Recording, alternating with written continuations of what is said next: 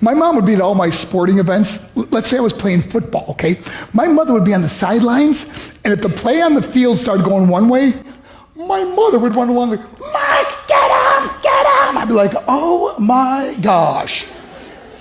I'd get in the huddle with the other guys. They go, Mark, is that your mother? I go, no, I never saw her before in my life. See, the greatest gift my mother ever gave me, she believed in me.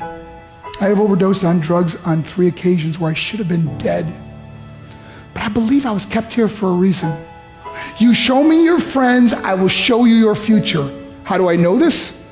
I hung out with losers, and I became the biggest loser of them all because I gave up everything I dreamt about as a little boy because of who I chose to surround myself with.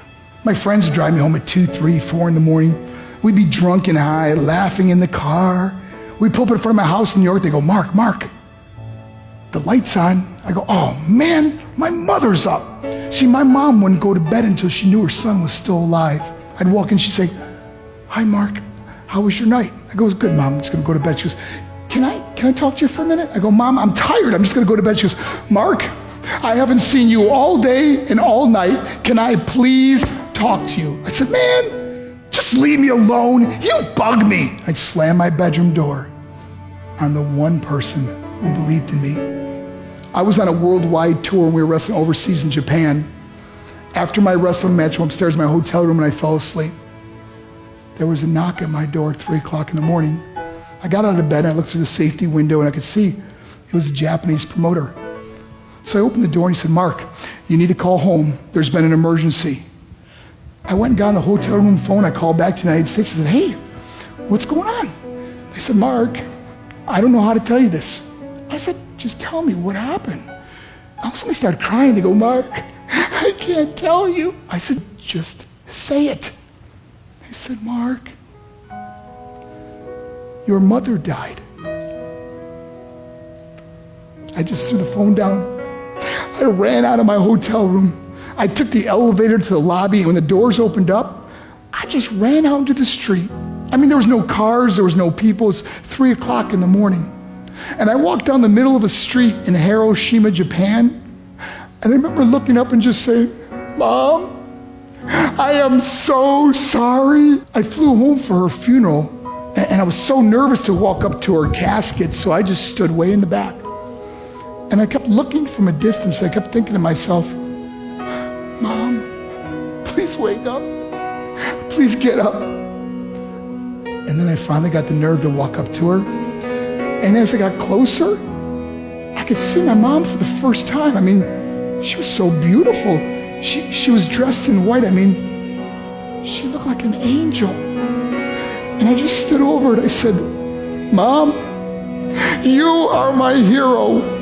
Everything I am, everything I hope to be was because of you. You loved me so much. You gave me a life. You're the only one that ever believed in me. How did I repay her? By getting drunk, by getting high, by getting stupid, by hanging out with losers? For what? All she ever wanted to do was talk to me. I wish I could talk to you now, Mom. I wish you could see what I'm doing. Why couldn't I have been a better son? We are defined by our choices. But if you surround yourself with people involved in drugs and alcohol and pills, it's a dead end. I'm not here to preach to you. I'm here to tell you I lived that life. It leads to broken hearts, broken relationships, broken dreams, and death. For what? To get high? If you have a mother or a father, when you go home, tell them how much you love them. See, my whole life was about being rich and famous. I had to be a millionaire. I had to win the race. I had to win the race at the expense of my marriage, my family, my friends. For what? To be all alone in the world? I learned what is truly important, and that is how precious this gift of life is, and our families, and how quickly it can be taken away. See, I no longer live in time. I live in moments. See, it's not what's in your pocket that matters. It's what's in your heart that truly matters. Love Love is just a word until somebody comes along and gives it meaning. You're the meaning.